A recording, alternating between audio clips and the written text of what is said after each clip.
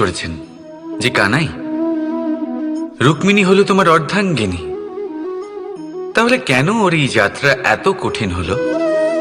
কেন তোমার এই অগাধ অখণ্ড ভালোবাসা পাওয়ার জন্য ওকে এত কঠিন পরীক্ষার সম্মুখীন হতে হলো? আসুন আমি আপনাকে একটা কথা বোঝাই। অগাধ অখণ্ড ভালোবাসার এই পথ তা তো কঠিনই হবে। এবার এরকমই এক যাত্রা করতে হয়েছে রুক্মিণীকে, পরিশুদ্ধ ভালোবাসা বুঝতে পারার যাত্রা। এমন ভালোবাসা যা কিনা ক্রোধ, ভয়, মোহ, অধিকার, অহংকার, হিংসা এই সমস্ত বিকারের ঊর্ধ্বে। এবার এই যাত্রায় ওকে সাহায্য করবে রাধা। আর শুধু তাই নয়, আমি আপনাকে বলি, সংসারের প্রত্যেক নারী এই যাত্রা করে থাকেন। এবার যে নারী এই যাত্রার শেষ পর্যন্ত পৌঁছতে পারেন, তিনি এক উচ্চ স্তরে পৌঁছে যেতে পারেন, যেখানে তাকে বলা হয় অর্ধাঙ্গিনী। রাধা রাধা। সমস্যা। এবারে বলুন, সমস্যা কার জীবনে নেই? প্রত্যেকের জীবনে সমস্যা থাকেই। হ্যাঁ ঠিক আছে, জীবন আছে যখন তখন সময়ের সাথে সমস্যাও আসবে, কিন্তু প্রত্যেক সমস্যাই কি সময়ই নিয়ে আসে? না, আপনি সমস্ত সমস্যার দায় সময়কে দিতে পারেন না। বেশিরভাগ সমস্যা তো এমন হয়ে থাকে যাদের আমরা নিজেরাই ডেকে আনি। হে সমস্যা, এসো, আমি তোমার জন্য অপেক্ষা করছি। কিভাবে? এবার এটা নির্ভর করছে আপনার হ্যাঁ বা না এর ওপরে। বেশিরভাগ সমস্যাই এই জন্য আসে যেহেতু আমরা বারবার হ্যাঁ বলতে থাকি, আর বেশিরভাগ সমস্যা এই জন্যই আসে যেহেতু আমরা সঠিক সময় না বলতে পারি না। সেই জন্য না ভেবে চিন্তে কোনো কথা বা কোনো প্রস্তাবের সমর্থন করলে তা আপনাকে খুব বড় বিপদে ফেলে দিতে পারে। সেইখানেই কখনো না না বলতে পারা তা আপনাকে তার থেকেও বড় বিপদে ফেলে দিতে পারে। তাই মনে রাখবেন এই অত্যন্ত জরুরি শিক্ষা, সব সময় খুব ভেবে চিন্তেই হ্যাঁ বলবেন আর দৃঢ়তার সাথে না বলবেন। আর বিশ্বাস করুন, আপনার জীবন অত্যন্ত সুখময় হয়ে যাবে। তাহলে আসুন আমার সাথে ভালোবেসে বলুন, রাধা রাধা। সাফল্য। সাফল্য এই পৃথিবীতে কে না পেতে চান? প্রত্যেক মানুষ চান যেন সাফল্য নিজে এসে তার কাছে ধরা দেয়। এবার সাফল্য তাদের কাছে এসে ধরা দেয় যারা নিজের পা ধরাতলে রেখে চলেন, যারা স্বপ্নের জগতে বিচরণ না করে বাস্তবের মাটিতে পা রেখে চলেন এবং তাও দৃঢ়তার সাথে। সাফল্য তারা পান না যারা বাড়িতে বসে বসে শুধু স্বপ্ন দেখেন। সাফল্য নিজে থেকে তাদের কাছেই আসে যারা নিরন্তর চেষ্টা করেন, যারা পরিশ্রম করেন আর নিজের এই জীবনকে অন্যের কাছে সফল করে দেখান। তাহলে সিদ্ধান্ত হলো আপনার। সফল সবাই হতে চান, স্বপ্ন সবাই সার্থক করতে চান। স্বপ্ন তখনই সার্থক হয় যখন পরিশ্রম করবেন, আর সাফল্য তখনই আপনার সাথে থাকবে যতক্ষণ আপনি বিনম্র থাকবেন। তাহলে আসুন আমার সাথে ভালোবেসে বলুন, রাধা রাধা। বিবাহ। একজন নারীর জীবনে বিবাহের গুরুত্ব কতটা? আসুন আমরা কথা বলি রুক্মিণীকে নিয়ে। একজন নারী যিনি পবিত্র মানসিকতা নিয়ে কাউকে ভালোবেসেছেন, তাকে বিয়ে করতে চেয়েছেন। এবার বিয়ে মানে কাউকে পাওয়া, মানে কারোর হাত ধরে আগামী সমস্ত জীবন তার সাথে কাটিয়ে দেওয়া। এবার আমার হাত ধরে রুক্মিণী বিয়ের সুখ তো নিশ্চয়ই পেয়েছে, কিন্তু ওর এই প্রেমের যাত্রা এর অন্ত হলো না, বরং তা শুরু হলো। এবার রুক্মিণীর জীবনে সেই অধ্যায় শুরু হয়ে গেছে যেখানে ওকে সেই মানুষকে বুঝতে হবে যার হাত ধরে সমস্ত জীবন অতিবাহিত করার সিদ্ধান্ত নিয়েছে সে। এবার এরকম একটা সময় প্রত্যেকের জীবনে এসে থাকে, প্রত্যেকের মানে আপনারও। আপনার জীবনেও এমন এক সময় আসবে, তার জন্য তৈরি থাকুন। নিজের মনে যা যা বিকার আছে তা কোথাও ত্যাগ করে আসুন, আর পরিশুদ্ধ ভালোবাসা দিয়ে, পবিত্র মন দিয়ে নিজের জীবন সাথীকে বোঝার চেষ্টা করুন, কোনো আশা না রেখে। যদি এরকম করতে পারেন তবেই কঠিন পরীক্ষায় উত্তীর্ণ হবেন, নয়তো নয়। রাধা রাধা। অর্ধাঙ্গিনী।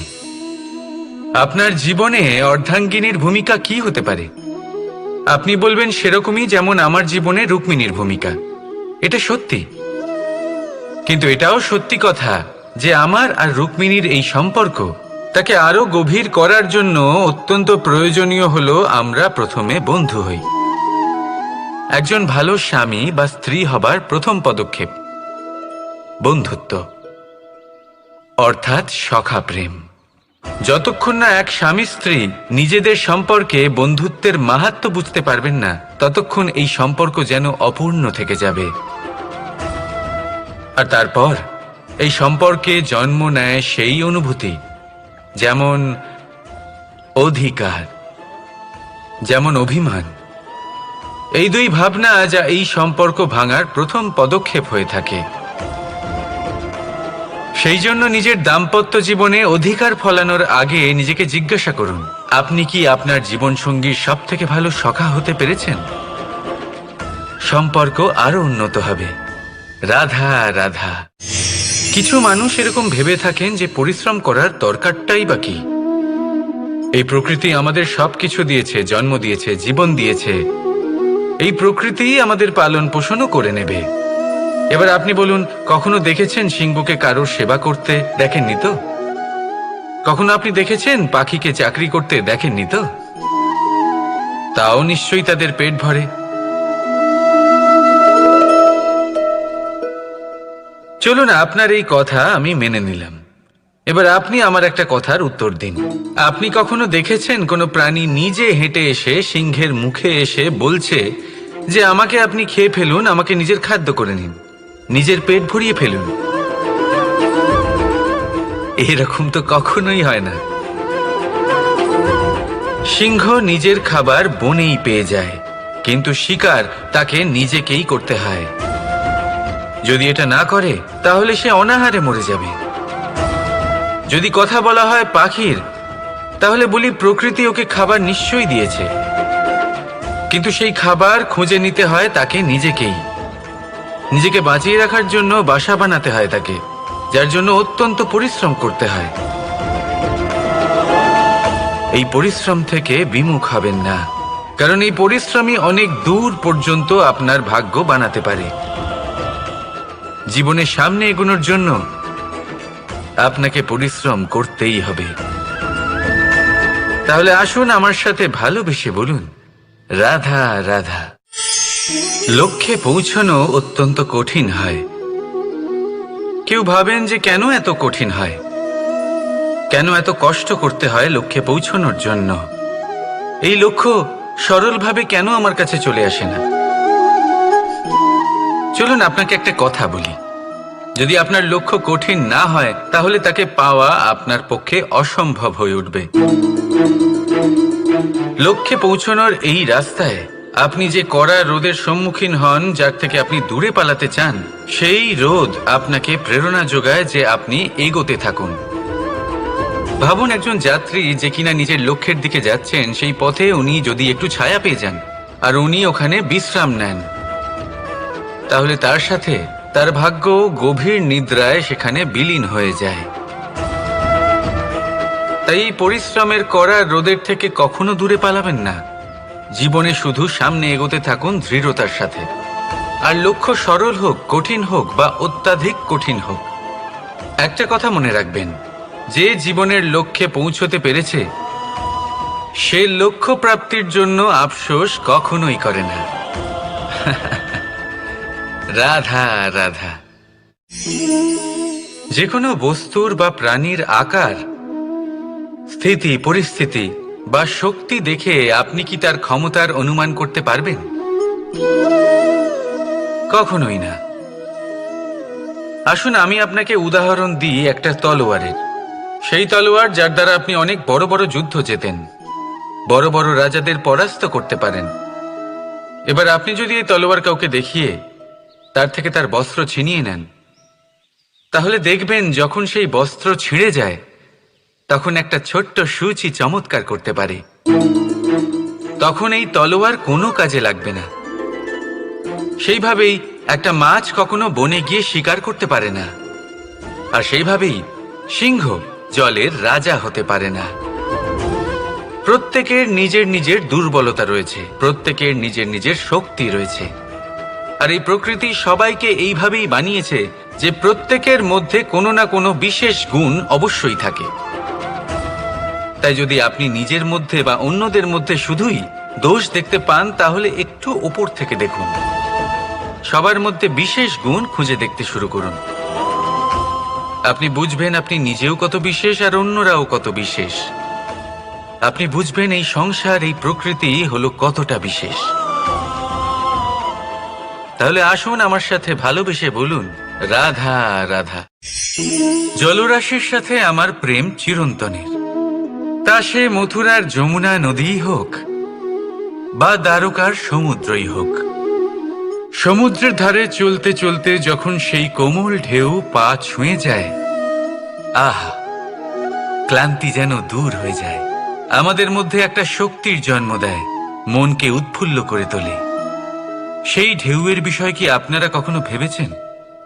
এই ঢেউই যখন তটে আসে, ছোট পাথরের সাথে ধাক্কা খেয়ে বিক্ষিপ্ত হয়ে যায়। আর এমন এক সময়ও আসে যখন এই ঢেউই এত ভয়ঙ্কর হয়ে ওঠে যে সবকিছু ধ্বংস করে দেয়, সবকিছু নষ্ট করে দেয়। এর একটা সারমর্ম রয়েছে, একটা অত্যন্ত গুরুত্বপূর্ণ শিক্ষা রয়েছে, যে কখনো কাউকে দুর্বল মনে করবেন না, কখনো না। কারণ এই দুর্বলতা যখন তার প্রকৃত শক্তির রূপ দেখায়, প্রবল বিনাশ সৃষ্টি করে। তাই কারোর বিনম্রতার, কারোর কোমলতার সর্বদা সম্মান করতে শিখুন। রাধা রাধা। লক্ষ্য, পথ আর সাফল্য, এই তিনটেই একে অপরের সাথে জড়িত, কিন্তু অনেকবার মানুষ এদের ঠিকভাবে বুঝতে পারেন না। তারা ভাবেন যে যেরকম লক্ষ্য হবে সেরকমই পথ হবে, সেই মতোই লক্ষ্য কঠিন হলে পথ কঠিন হবে, লক্ষ্য সরল হলে পথও সরল হবে। যদি আপনাকে আসল সত্যের সাথে অবগত করাই, তাহলে দেখবেন সবকিছুই এর উল্টো। লক্ষ্য নিজের পথ বানায় না, পথ সেটাই যেটা আপনি স্বয়ং নির্বাচন করে আপনি নিজে বানান। সেই অনুসারেই আপনি আপনার লক্ষ্যে পৌঁছতে পারবেন।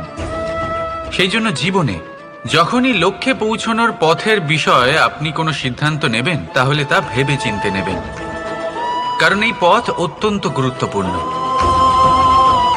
পথ যদি শুভ হয়, তাহলে লক্ষ্য আপনা থেকেই শুভ হয়ে যায়। তাহলে আসুন আমার সাথে ভালোবেসে বলুন, রাধা রাধা। আপনি কখনো ময়ূরকে নৃত্য করতে দেখেছেন? কথায় আছে যে যখন ময়ূর নৃত্য করে তখন তার চোখ থেকে অশ্রু ঝরে পড়ে। সেখানেই অন্যদিকে আছে হাঁস। কথায় আছে যে এরা নাকি মৃত্যুর সময়ও কলরব করে, অর্থাৎ গান গায়। হয়তো সেই জন্যই মুক্তোর দানা হাঁস খুঁজে পায়, ময়ূর পায় না। এর একটাই সারমর্ম, জীবনে আপনি যে কাজই করুন, সে বড় হোক বা ছোট, প্রসন্নতার সাথে করুন। মনে কোনো তিক্ততা নিয়ে করবেন না, তাকে কষ্ট দিয়ে করবেন না।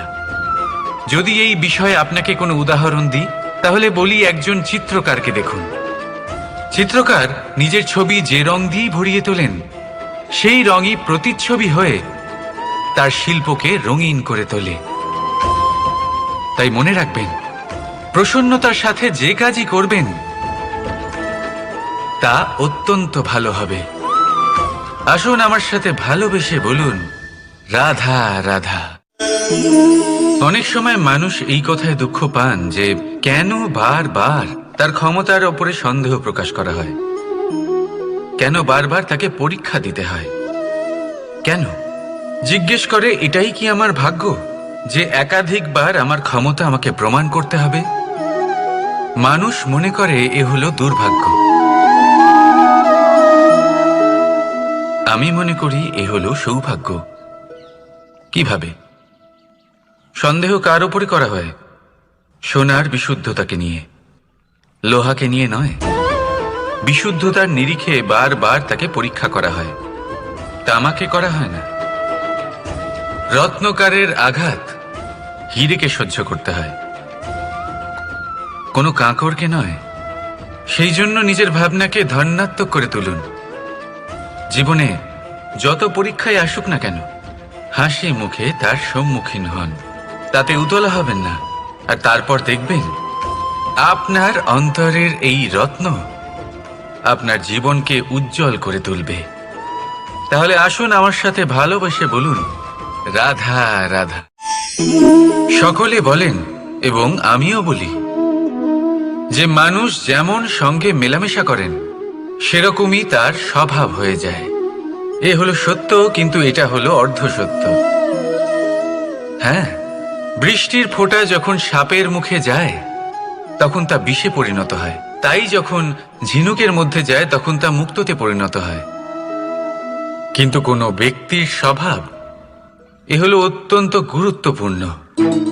কোনো এক ফুলের কথা ভাবুন, সেই ফুলের সাথে জড়িত সেই কাঁটাগুলোর কথা ভাবুন।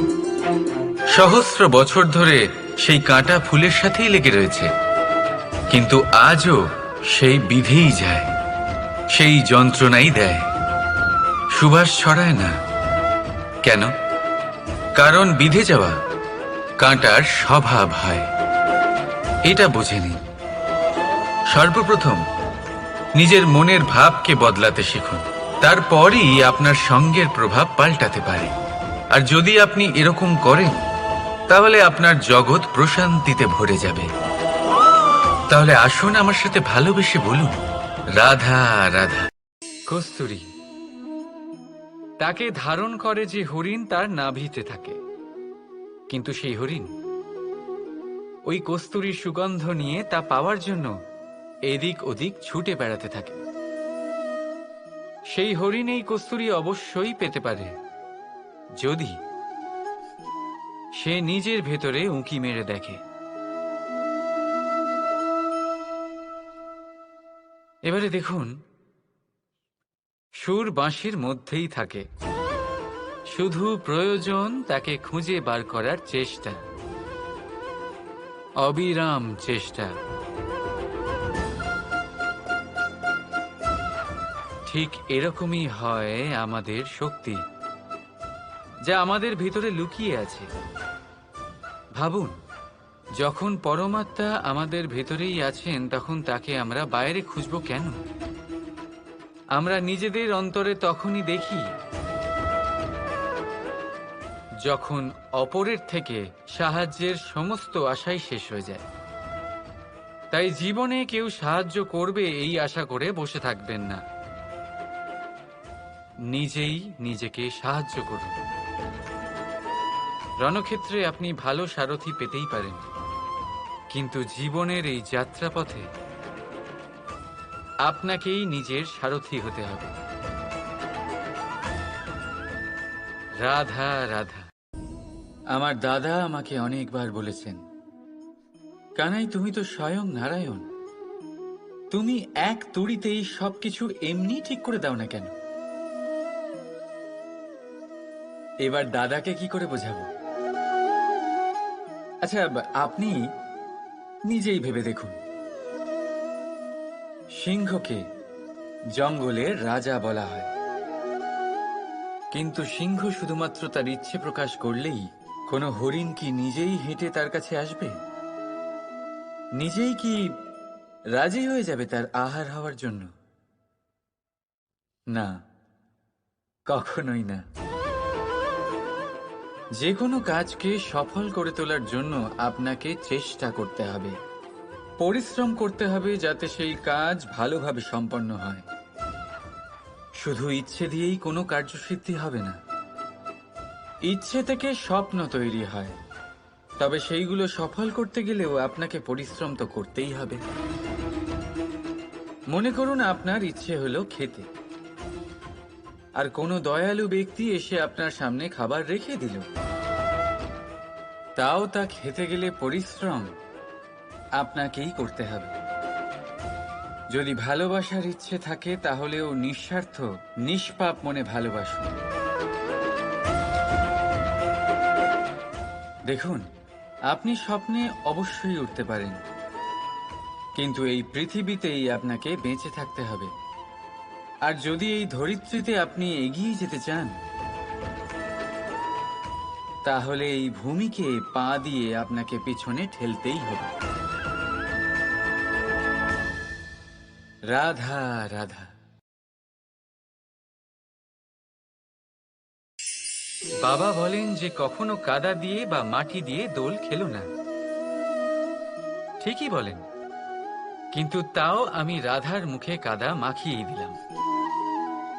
এর কারণ কি? ওকে বিরক্ত করা? হুম, কারণ হলো ওকে একটা বার্তা দেওয়া। এবারে দেখুন, যেভাবে মুখে লেগে থাকা কাদা ধুয়ে দিলে মুখের আসল রূপ প্রকাশিত হয়, ঠিক সেইভাবেই রাধার মনে লেগে থাকা অহংকারের এই কাদা ধুয়ে গেলে রাধার আসল ব্যক্তিত্ব প্রকাশ পাবে, ফুটে উঠবে। আশা করছি তা যেন শীঘ্রই হয়। কিন্তু ততক্ষণ আপনিও মনে মনে একটা প্রতিজ্ঞা করুন, জেদ করুন যে এই বছর এই দোলে নিজের মনে লেগে থাকা সমস্ত কাদা ধুয়ে ফেলবেন আর আনন্দের সাথে খেলবেন এই প্রেমের দোল। তাই